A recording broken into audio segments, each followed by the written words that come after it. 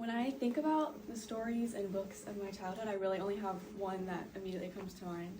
And very vividly I see this bright green, almost neon cover with these big, sketchy black lines throughout the pages, and this bright red apple that's on the cover. It's a book called The Giving Tree that I don't know, a lot of you are probably familiar with. And it's one that my mom read to me constantly as a child. And I honestly don't have any specific memories of her reading it to me, other than kind of, I think, my own imagination imagining what the moment would feel like, and that's kind of a vague image I have. But she always used to tell me a story of when I was like 3, I came running into her room, I jumped on her bed, and I said that I wanted to read the bedtime story tonight. And so I took this big green book in my hands and opened it, and I started reading, which she was laughing at because I didn't know how to read. And instead I was just reciting the book from memory, and I knew exactly when to turn the pages and everything.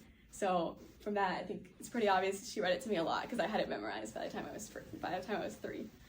And many years later, I had the chance to kind of revisit The Giving Tree, because in 2020, my school did a project where the high schoolers and middle schoolers were asked to record read-alouds for elementary classrooms to use during COVID. And I thought, oh, perfect, I'll do The Giving Tree. That was my favorite book. And so I went into my room, into the bookshelf where the book had probably been sitting shoved between novels and binders and journals for 7 years, collecting dust. And I looked at it again for the first time really quickly. And I was kind of confused. I was like, this is not really what I remember it being. I feel like in my mind it was this really beautiful story of like a boy in the tree. And then, I mean, for context, if you're not familiar, it's basically there's a boy who loves the tree loves the boy, and the boy goes to the forest and plays with the tree every day. But then as he grows up, he kind of wants more out of his life, and he wants money. So the tree says, oh, I'll give you my apples and you can sell them to make money. And then he wants a house, and then she says, cut down my branches and you can build a house. And then he wants a boat. She says, cut down my trunk. And basically it goes on, and as the boy grows up, he takes things and visits less, and then the tree is just a stump. So I read that and I was like, this is a terrible story. The boy's just taking until this tree is literally nothing but a stump. And I came downstairs and I said that to my mom. I was like, why did you read this book to me? I feel like I shouldn't do this for the read aloud. It kind of sends a bad message about, like, that's not what a relationship should be, just taking and not giving anything back.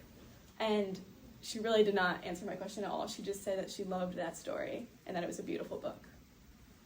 And so then that made me think about it more. And I think for me, that book, the story itself, is intrinsically tied to my mom because she was always the one who read it to me.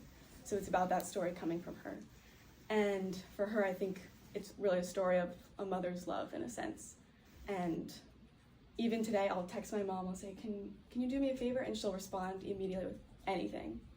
And like, I think she really means that. Like, genuinely, she will do anything for me and give me anything I ask her. And it's not really, I think, a burden for her, a negative thing. She sees this as a beautiful relationship. That's how much she loves me, that it makes her happy to do anything she can to help me.